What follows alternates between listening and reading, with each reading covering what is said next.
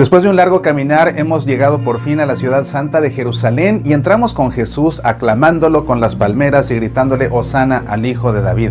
Es Domingo de Ramos, aquí en Pasión por el Evangelio. Vamos a hacer un estudio muy interesante del Evangelio según San Lucas, enfocándonos en aquellos detalles de su pasión que no aparecen o que se cuentan de una manera diferente con respecto a los otros evangelistas. Quédate con nosotros, será un programa muy interesante.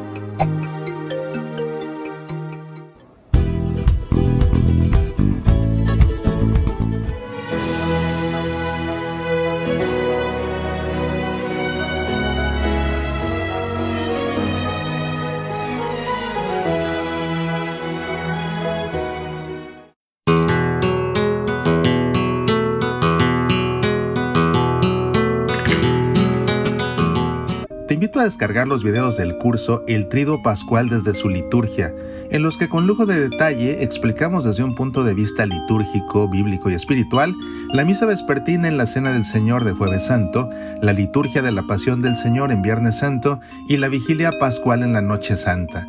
Descarga el curso completo o los videos individuales de cada uno de estos tres temas. Visita nuestra tienda en línea en el sitio semillasparalavida.org. Un recurso imprescindible para todo católico que quiere vivir en plenitud el Tríduo Pascual y una excelente referencia para sacerdotes y equipos de animación litúrgica que trabajan en el proyecto celebrativo de las liturgias más importantes del año. Les saluda su amigo Eduardo Acosta, director de Musicam Sacram, para invitarles a su próximo curso La Pascua y las Solemnidades del Señor a través del canto gregoriano. Iniciará el próximo 3 de mayo a las 7 de la noche, hora del centro de México, y que tendrá una duración de 6 sesiones. La dinámica no es aprender canto gregoriano, sino utilizar el canto gregoriano como un medio que nos permite adentrarnos en la espiritualidad propia de nuestra iglesia durante este tiempo litúrgico tan importante. Les invito entonces a inscribirse en nuestro sitio de internet www.musicamsacram.com, La Pascua y las Solemnidades del Señor a través del canto gregoriano. Les aseguro que encontrarán muchos elementos que les ayudarán a vivir de una manera distinta este tiempo litúrgico.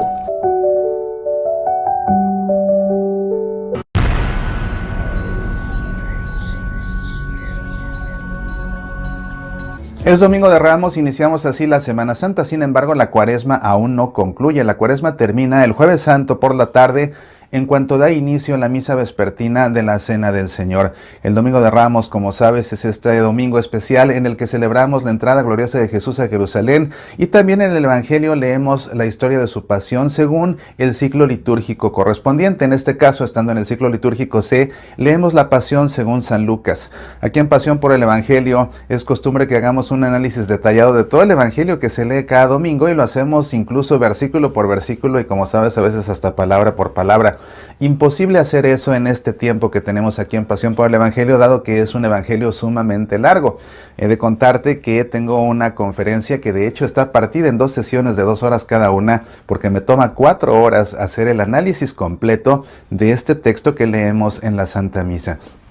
Por esa razón, lo que quiero hacer contigo en esta ocasión es más bien detenernos a poner atención en aquellos detalles que son únicos al Evangelio según San Lucas, o bien detalles que Lucas cuenta de una manera diferente, y por una razón es que lo hace así. Todo esto creo que resulta muy interesante, porque así cuando vayas a la Santa Misa y leas el Evangelio, sabrás en qué poner atención y te darás cuenta de lo interesante que resulta hacer este ejercicio así. Por supuesto que leer la Pasión en la Santa Misa, mira, aquí en Pasión por el Evangelio, es un programa para aprender. Este es un programa para aprender.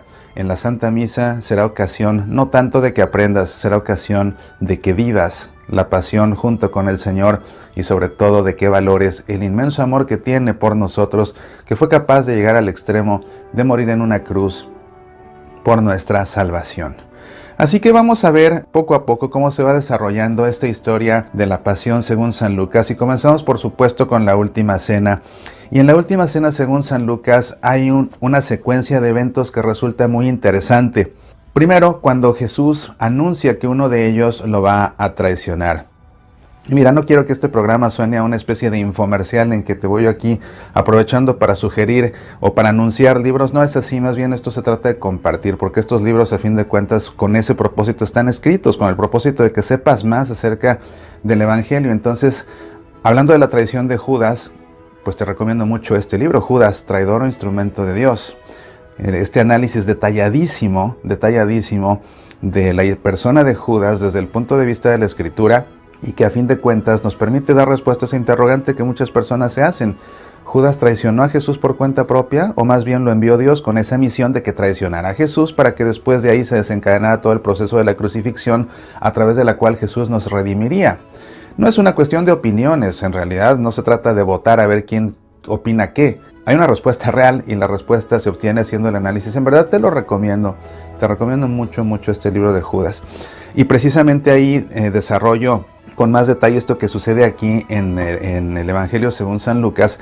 Pero lo que quiero que pongas atención es a esto, a que Jesús anuncia el traidor, y miren lo que acaba pasando. Dice, la mano del que me entrega está con la mía en la mesa.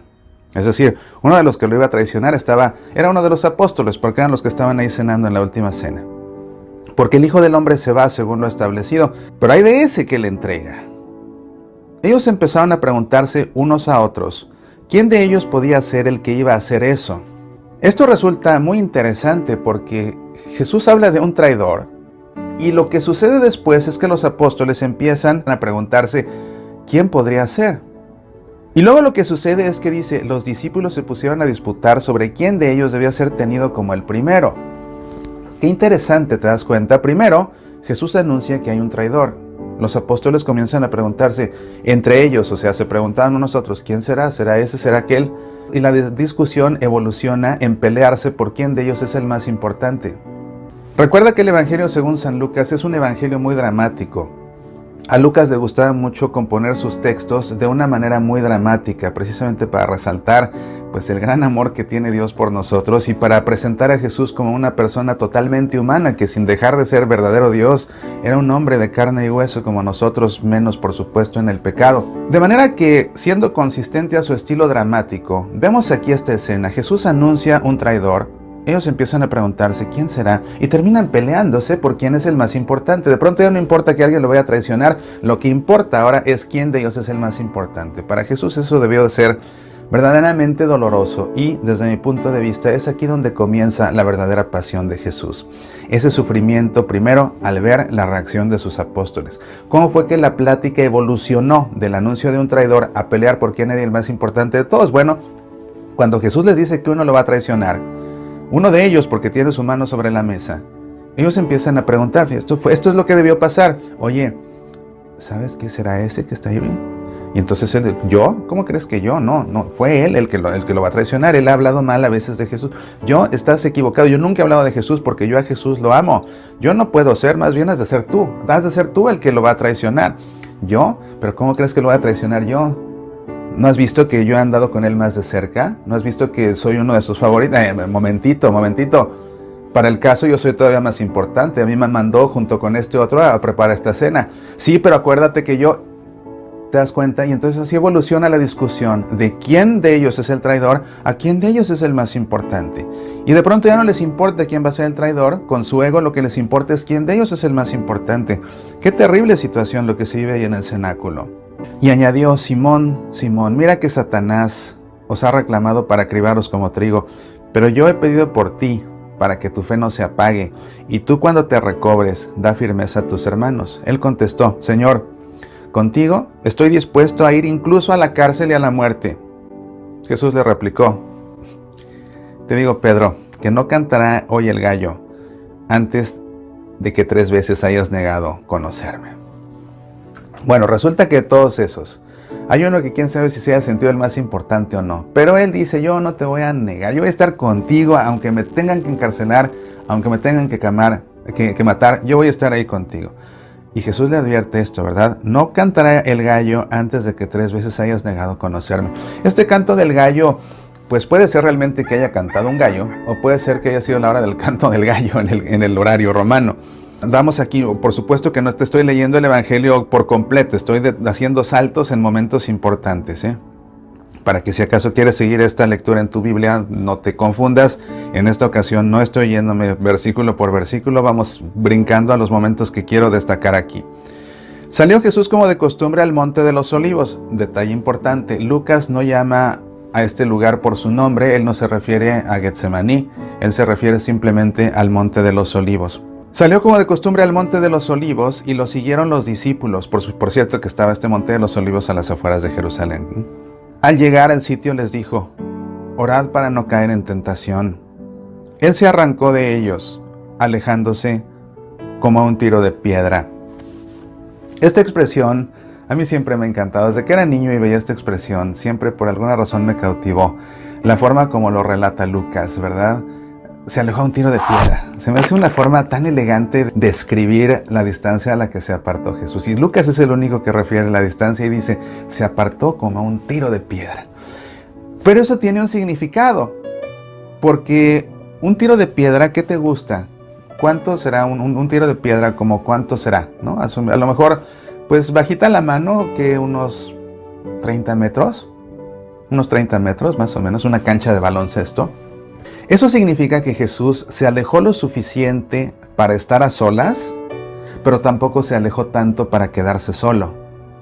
Por eso se alejó un tiro de piedra. Se alejó lo suficiente para estar a solas, pero no tanto como para quedarse solo. Él necesitaba intimidad, pero al mismo tiempo necesitaba sentir la compañía de sus apóstoles. Por eso les dice también además, oren para no caer en la tentación. Él quiere que oren junto con él. Y viene el momento más dramático de todas las oraciones en el huerto. Lógicamente, la más dramática es la de Lucas. Lucas nuevamente es el que sus textos los carga de drama.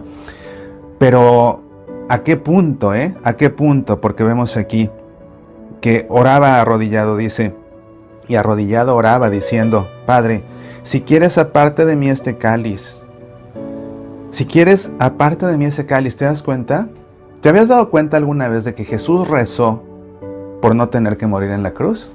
Jesús rezó por no morir en la cruz. Le pidió a su Padre que no muriera en la cruz. Se lo pidió ahí en el huerto de los olivos. Se lo pidió.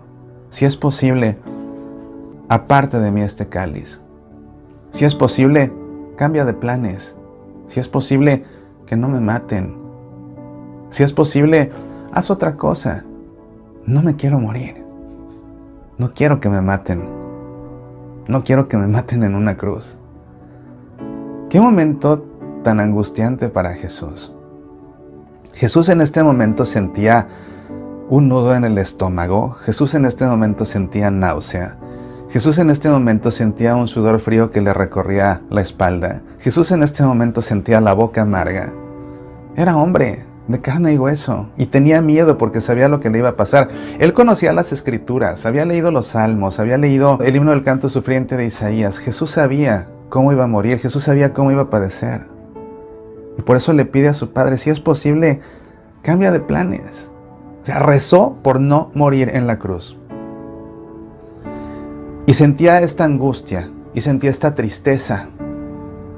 Y también sentía este miedo. Jesús se moría de tristeza, Jesús se moría de miedo. Sí, que no nos dé miedo reconocer a un Jesús que en ese momento se muestra frágil. Además, claro, el diablo se le acerca para tentarlo en este momento. Porque si el diablo logra infundirle miedo suficiente, Jesús se va a echar para atrás. Y Jesús muriéndose de tristeza, Jesús muriéndose de angustia, Jesús muriéndose de miedo. Ve lo que pasa después. Y se le apareció un ángel del cielo que lo animaba. Otro detalle importante, único a la pasión según San Lucas, la presencia de un ángel confortándolo. A Lucas le gustan mucho los ángeles. Acuérdate que un ángel se le aparece a Zacarías para anunciarle que será padre de Juan Bautista. Acuérdate que un ángel se le aparece a la Virgen María para anunciarle que será la madre del Hijo de Dios. Aquí vemos que viene un ángel a confortarlo. Después de la resurrección habrá ángeles en el sepulcro vacío. A Lucas le gustan mucho los ángeles, entonces se le aparece un ángel del cielo que lo animaba. Y vemos aquí la expresión amorosa de su padre, que el padre está dispuesto a dar marcha adelante con su plan, pero ve a su hijo sufriendo y le envía un ángel para que lo conforte. Ese es un gesto conmovedor, es un drama tan difícil de comprender para nosotros porque no somos Dios. No somos Dios, y entender realmente ese momento en el que Jesús le pide a su padre, por favor no, y el padre le envía un ángel para que lo consuele, porque la realidad es que va a suceder. Y dice aquí, fíjate, te decía, Jesús se moría de angustia, de tristeza, de miedo. Dice, en medio de su angustia oraba con más insistencia. Oraba con más insistencia. Y le bajaba hasta el suelo un sudor como de gotas de sangre. Sudar sangre es un fenómeno que se conoce como hematidrosis. Sudar sangre, hematidrosis. Es algo que le pasa a muy pocas personas. Es rarísimo que alguien sufra de hematidrosis, pero es un caso médicamente documentado y además que, bueno, hay diferentes episodios que se han documentado, pues es algo que le pasa a la gente. En momentos de mucho estrés, en momentos de mucha angustia y sobre todo de angustia ante la muerte o de angustia ante las torturas físicas, hay gente que en ese momento de estrés llega a sudar sangre. Esta hematidrosis sucede principalmente en la cara, en el rostro. Principalmente en el rostro se comienza a sudar sangre. Pero también es un cuadro que se presenta en muy escasas ocasiones. No es tan común, aunque sucede, no es tan común. Es rarísimo que alguien sude sangre. Fíjate entonces a qué grado de angustia estaba Jesús para que Él, que era el Hijo de Dios, para que Él, que estaba siendo confortado con un ángel, con todo y todo, sudara sangre. Eso nos habla realmente de la angustia tan grande que tenía Jesús en ese momento. Él, lo vemos de carne y hueso. Lo vemos de carne y hueso. Además, este detalle le llama la atención a Lucas porque Lucas era médico. Entonces, como médico, esto le llama la atención y lo registra ahí. La hematidrosis de Jesús. Pero algo muy importante es que Jesús pidió al Padre por no morir en la cruz, porque echara marcha atrás con su plan, porque cambiara de plan, lo que fuera. Pero fíjate al final de su oración, dice, Padre, si quieres aparte de mí este cáliz, pero que no se haga mi voluntad, sino la tuya. Lo que está haciendo Jesús, en el momento en que ya nada tiene sentido, cuando se muere de miedo, sudando sangre y todo, Jesús se acuerda de una oración que le enseñó su madre, María Santísima. Fiat, hágase en mí según tu voluntad. En el Evangelio según San Lucas es donde vemos a María en la Anunciación, cuando nada tiene sentido, decirle eso al ángel. Hágase en mí según tu palabra, que es a fin de cuentas un mensaje que me traes de Dios, que se haga la voluntad de Dios, fiat. Esa se convirtió en la oración de Jesús. María se la enseñó a Jesús, ¿te das cuenta? María la dijo primero, ella dijo fiat primero que Jesús, y luego se la enseñó a su hijo. Y cuando su hijo rezaba, fíjate que tan frecuente era la oración de Jesús el fiat, que cuando le dicen los discípulos a Jesús, enséñanos a orar, les enseña el Padre Nuestro. Y entre las peticiones del Padre Nuestro, la primera petición es, hágase tu voluntad. Fiat. ¿De dónde lo aprendió Jesús de María? Él la rezaba a menudo, por eso cuando le dicen, enséñanos a orar, así como oras tú, les enseña a rezar así, hágase tu voluntad. ¿Y cómo resuelve Jesús este drama aquí en el huerto de los olivos, en el monte de los olivos? Aunque yo no quiera, aunque me muera de angustia, aunque te haya pedido que demos marcha atrás, fiat, que se haga tu voluntad, no la mía. Eso lo aprendió Jesús de su madre María Santísima. Y con eso se entrega a Él ya. Luego vemos más adelante, y levantándose de la oración fue hacia sus discípulos, los encontró dormidos. En los diferentes recuentos de la oración en el huerto vemos a los discípulos que se quedan dormidos. Pero fíjate lo que sucede. Lucas especifica un detalle muy interesante. ¿Por qué se quedaron dormidos? ¿Porque no les importaba? No, aquí dice, los encontró dormidos por la pena, por la tristeza. O sea, reconsiderando, volviendo a poner atención, reflexionando, salen de ahí del cenáculo, van al monte de los olivos y comienzan a pensar todo lo que les dijo Jesús, que uno lo va a traicionar, intuyen que es la hora en que ya algo va a suceder, lo ven a Él orando de esta manera tan angustiosa, lo ven sudando sangre, lo ven tan triste, que les empieza a invadir a ellos una pena tan fuerte que les da como depresión y se quedan dormidos. para negar lo que está sucediendo. ¿Cuántas veces por la tristeza preferimos dormir para no estar despiertos a la realidad? Y es lo que dice aquí Lucas: los encontró dormidos por la pena y les dijo: ¿por qué dormís? Levantaos y orad para no caer en la tentación. Todavía estaba hablando cuando aparece gente y los guiaba el llamado Judas. Así, la forma así como el llamado Judas, ¿no? El llamado Judas, por cierto, pues otra vez, en verdad, de veras que vas a aprender mucho, te va a gustar. Judas, traidor instrumento de Dios. Te digo, no es infomercial, te lo prometo que no, pero pues te lo tengo que compartir. Uno de los 12 se le acercó a besar a Jesús. Judas le dijo: Judas, ¿con un beso entregas al Hijo del Hombre? Fíjate, y uno de ellos hirió al criado del sumo sacerdote y le cortó la oreja derecha. Por otro evangelio sabemos que fue Pedro. Saca su espada y le corta la oreja derecha. ¿A quién? Al criado del sumo sacerdote. ¿Por qué le cortó la oreja derecha? Fíjate esto. Si yo saco aquí una espada, ¿verdad? Y te enfrento de frente, si te ataco de frente con mi espada, bueno, tasajeo tu oreja izquierda, ¿verdad? Si te ataco de frente, entonces te corto la oreja izquierda. Entonces, para poder cortarle a alguien la oreja derecha, tendría que atacarlo a traición por la espalda. Pero como se presenta esta situación, imagínate, está Jesús ahí, se para Pedro a defenderlo, y si lo va a defender, va y se para enfrente de Jesús, entre Jesús y los que vienen a prenderlo, lógicamente. Entonces ellos rodean a Jesús. Pedro no tiene tiempo de rodear y atacar a traición a nadie, no. Pedro se le va de frente al primero que se encuentra, y curiosamente y deliberadamente al que se encuentra aquí es al criado del sumo sacerdote.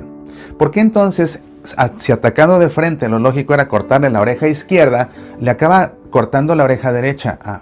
Porque resulta que los órganos del cuerpo del lado derecho son los que tienen dignidad. Los del lado izquierdo son los indignos. Al cortarle la oreja derecha, es un ataque no solo contra su físico, es un ataque también contra su dignidad. Lo está deshonrando.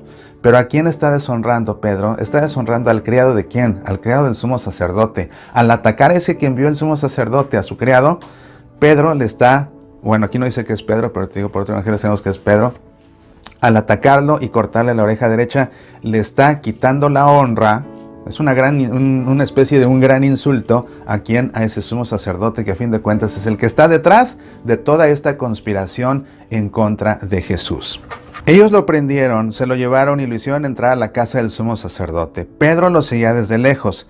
Ellos encendieron fuego en medio del patio, se sentaron alrededor y Pedro se sentó entre ellos. Aquí te recomiendo la lectura de este otro libro, Sucedió en Jerusalén. ¿Sabes que en este libro lo que quise hacer fue una reflexión de la pasión, pero poniéndonos dentro de las escenas? Por ejemplo, en el Huerto de los Olivos vemos todo lo que pasa agazapados detrás de un árbol, atrás de un olivo precisamente. Estamos ahí viendo con terror todo lo que pasa. Y después aquí nos sentamos junto a Pedro en la hoguera y desde ahí vemos todo lo que está pasando. Entonces de ahí vemos cómo reaccionan unos, qué sienten otros cuando se le aparece Jesús y lo mira a los ojos. La idea de este libro Sucedió en Jerusalén es que vivas la pasión desde dentro, para que valores más todo lo que sucede y sobre todo para que te sientas más cerca de Jesús en el momento en el que Él da su vida por nosotros. Entonces es una lectura también hermosa. De veras es un libro muy muy bonito. Fue bestseller desde el primer día de su publicación. Entonces, de veras, Sucedió en Jerusalén. Para este tiempo, una lectura que yo considero imprescindible. Y vamos otra vez aquí a meternos en esto. Ellos encendieron fuego en medio del patio, hacía frío, pues imagínate, ya medianoche. Se sentaron alrededor y Pedro se sentó entre ellos. Al verlo, una criada sentada junto a la lumbre se le quedó mirando y le dijo: pon atención a lo que sucede aquí, la secuencia de estas negaciones. También este estaba con él, pero él lo negó diciendo: no lo conozco, mujer. Poco después lo vio otro y le dijo: tú también eres uno de ellos. Pedro replicó: hombre, no lo soy. Sin duda este también estaba con él porque es Galileo, dijo uno más. Pedro contestó: hombre, no sé de qué me hablas. Fíjate que es interesante porque las tres negaciones que presenta Lucas en su evangelio van bajando de tono. En los otros evangelios, el tono de Pedro va subiendo hasta que al final ya incluso dice groserías y juramentos, improperios. Al final Pedro está muy irritado en la tercera negación y se defiende hasta insultando. En cambio, en el evangelio según San Lucas va bajando de intensidad. como que su traición cada vez va siendo menor. ¿Por qué lo niega 3 veces? Porque 3 es el número que simboliza la perfección. Al negar a su maestro 3 veces significa que lo negó perfectamente. Lo negó por completo. Sin embargo, en Lucas va bajando de tono y hay una razón. Pedro estuvo sentado en la mesa de la última cena y recibió la Eucaristía. Para Lucas, la Eucaristía es un hilo conductor muy importante que afecta a todas estas personas que estuvieron sentadas con Jesús y que comulgaron al comer ese pan que Jesús partió y al beber ese vino que Jesús bendijo. El efecto de la Eucaristía en ellos va siendo diferente. Vemos, por ejemplo, que no se duermen los apóstoles porque no les importa, se duermen de la pena. En este caso vemos que Pedro, por estar bajo ese influjo, bajo ese efecto de la Eucaristía, de estar en comunión con Jesús, es que su traición, aunque es perfecta, va bajando de tono, ¿te das cuenta? A diferencia de los otros evangelistas. Y estaba todavía hablando cuando cantó el gallo. El Señor, volviéndose, le echó una mirada a Pedro, y Pedro se acordó de la palabra que el Señor le había dicho: antes de que cante hoy el gallo me negarás 3 veces, y saliendo fuera lloró amargamente. Un momento verdaderamente dramático. Ahora pon atención, esto también es importante. Ya después, cuando se hizo de día, se reunió el senado del pueblo, o sea, sumos sacerdotes y escribas, y haciéndole comparecer ante su Sanedrín le dijeron: si tú eres el Mesías, dínoslo. Y pon atención y toma nota: si tú eres el Mesías, dínoslo. Después dice: entonces, ¿tú eres el Hijo de Dios? Toma nota: Hijo de Dios. Él les contestó: vosotros lo decís, yo soy. Toma nota: yo soy. Ellos dijeron: ¿qué necesidad tenemos ya de testimonios? Nosotros mismos lo hemos oído decir de su boca. Se levantó toda la asamblea y se llevaron a Jesús ante presencia de Pilato. Ya con Pilato ahora se pusieron a acusarlo diciendo: hemos comprobado que anda amotinando a nuestra nación y oponiéndose a que se paguen tributos al César y diciendo que él era el Mesías Rey. Fíjate qué interesante. El Sanedrín lo juzga y lo sentencia y lo condena por motivos religiosos, por decir que era el Hijo de Dios.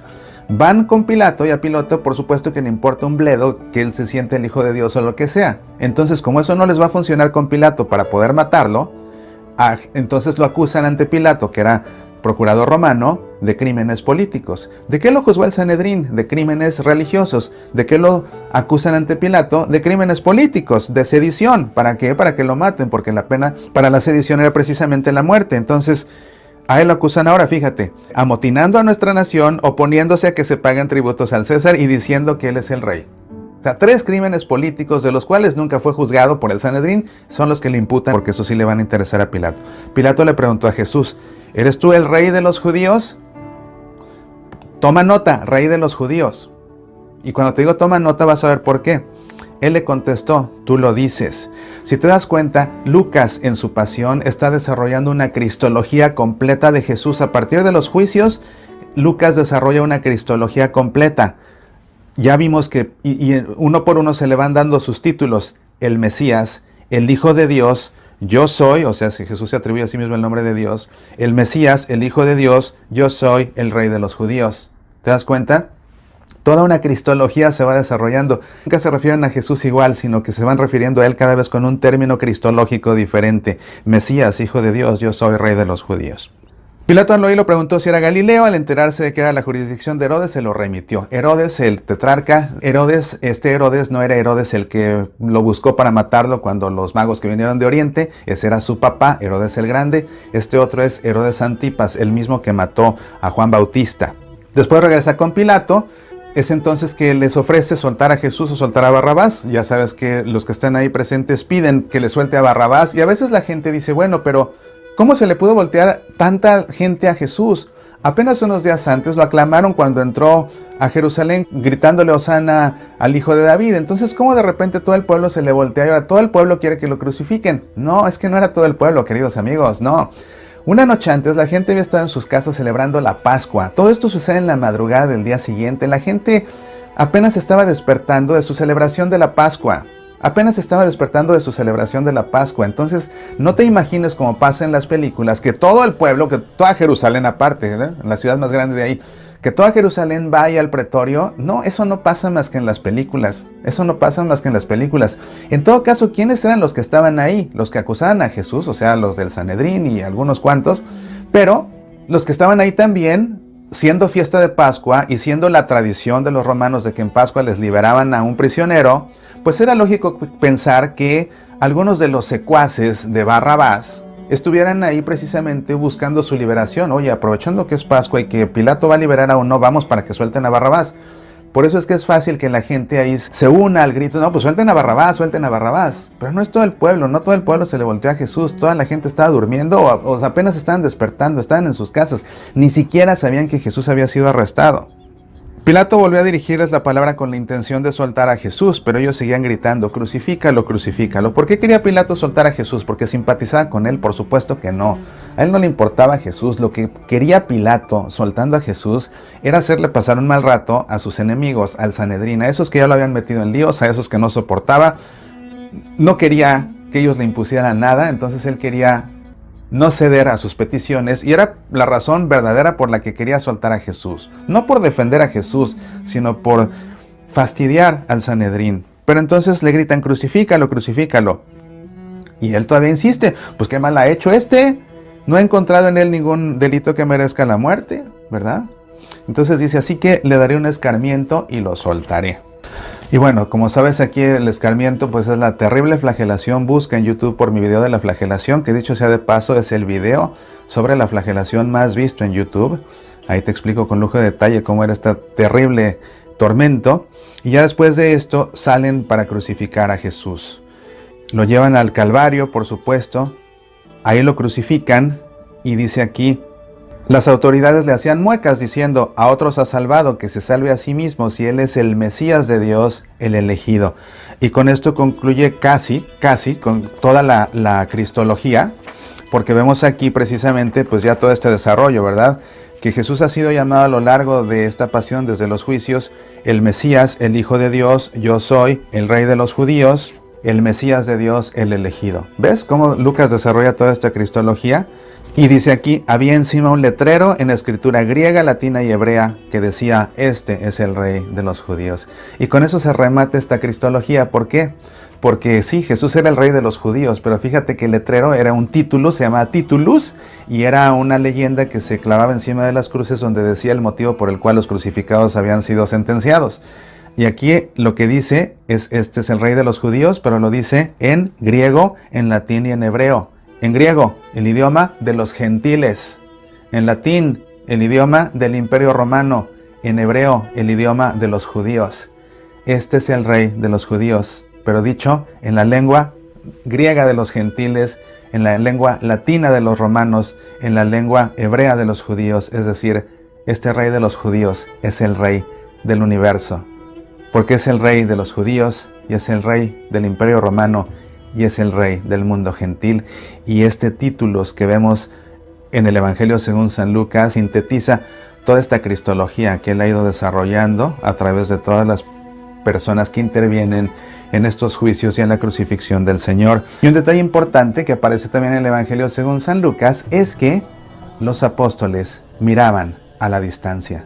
A diferencia de los otros evangelios en que se van a esconder, en el Evangelio según San Lucas los apóstoles están presentes, a la distancia sí por prudencia, pero están presentes viendo la crucifixión a la distancia. Y la razón por la que los apóstoles en el Evangelio según San Lucas no desaparecen del todo es nuevamente porque están bajo el influjo de ese pan que Jesús partió en la última cena.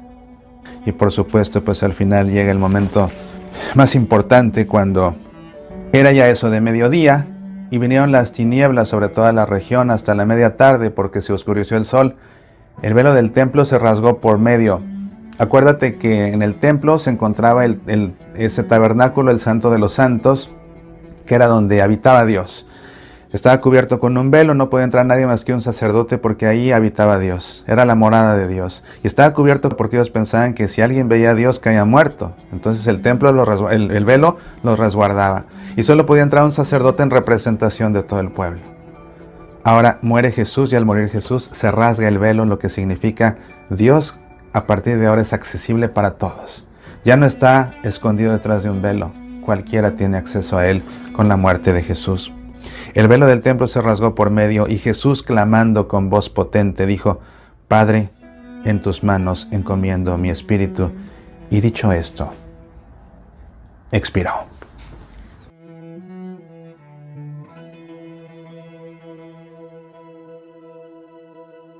Ciertamente que la pasión del Señor Sobre todas las cosas es motivo de reflexión. Resulta interesante estudiarla, sí. Y el propósito de Pasión por el Evangelio es estudiar los Evangelios, pero con el propósito no de quedarnos en un ejercicio intelectual, sino con el propósito de que comprendamos mejor la palabra de Dios y así nos podamos acercar más a Él y sepamos escucharlo. La Pasión, según San Lucas, es una pasión dramática, donde vemos a Jesús como verdadero hombre sufriendo hasta sudar gotas de sangre por nosotros.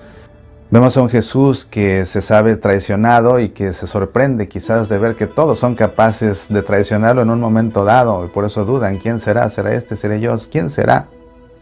Pero que a la vez todos se sienten demasiado importantes y en la mesa en la que Él parte el pan terminan ellos peleando. Después de sudar sangre y ser traicionado por uno de sus amigos, quizás el más querido, es juzgado en una farsa, en un montaje, en un juicio por demás ilegal, ya después te lo explicaré, acusado de crímenes religiosos, pero llevado ante el procurador romano, acusado de crímenes políticos que nunca nadie ni siquiera se los sacó cuando lo juzgaron ellos en el Sanedrín. Esta conspiración, esta farsa de juicio, finalmente lo llevan a morir en una cruz, pero Él se entrega, Él voluntariamente se entrega y muere por nosotros. Ojalá que todo esto que hemos comentado en esta ocasión te ayude a comprender más y sobre todo te ayude a poner más atención en la misa del Domingo de Ramos al desarrollo de la Pasión según San Lucas. Ojalá que toda esta explicación te ayude a ir deteniendo tu mirada en cada aspecto y eso te ayude a contemplar con más atención este misterio del amor de un Dios que envía a un Hijo no solo a que se haga hombre, sino a que muera por todos los hombres.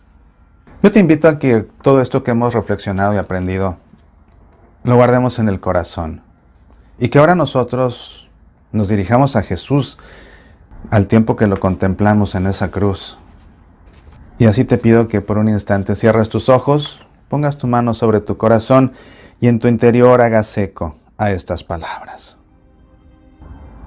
Señor Jesús, subes a Jerusalén para entrar en la ciudad santa, mientras nosotros te aclamamos con cantos jubilosos, gritándote hosana al Hijo de David.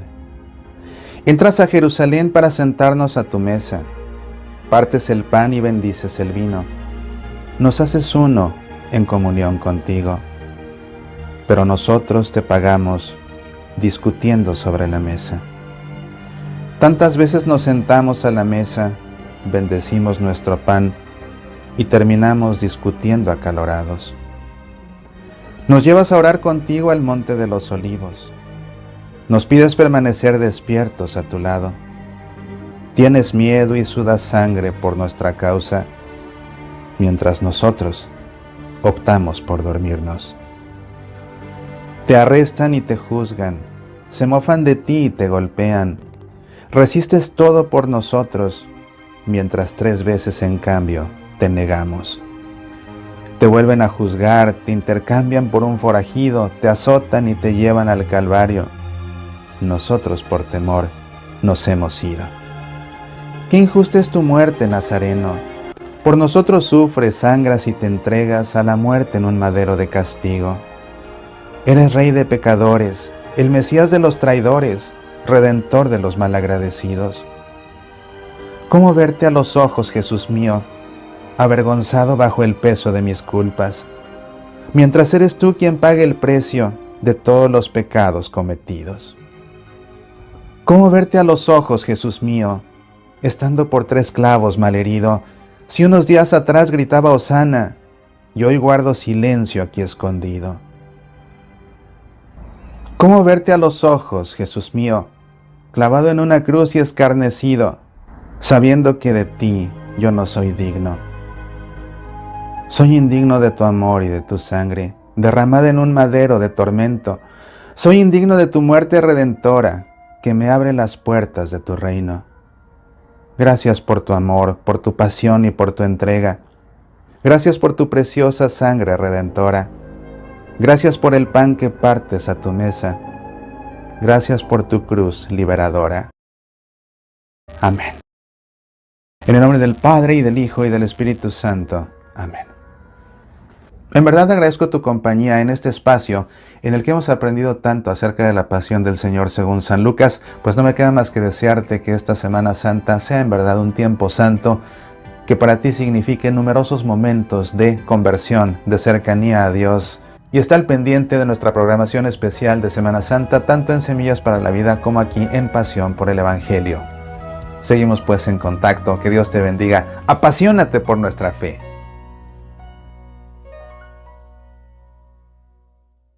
El libro del Apocalipsis es a la vez hermoso, enigmático, inquietante y esperanzador. Sus páginas atraen a muchos e intimidan a otros más. Sin embargo, el Apocalipsis es palabra de Dios y como tal, es un libro con un mensaje de bendición. Acércate al Apocalipsis leyendo el nuevo libro de tu servidor Mauricio Pérez, el Apocalipsis Pascual. Contiene un análisis bíblico y una reflexión catequética de cada uno de los pasajes del Apocalipsis que escuchamos en la Santa Misa en el tiempo de Pascua. El Apocalipsis Pascual, disponible en Kindle. Descarga el ebook en Amazon o léelo gratis con tu suscripción a Kindle Unlimited. El Apocalipsis Pascual. Medita, aprende, apasionate por nuestra fe.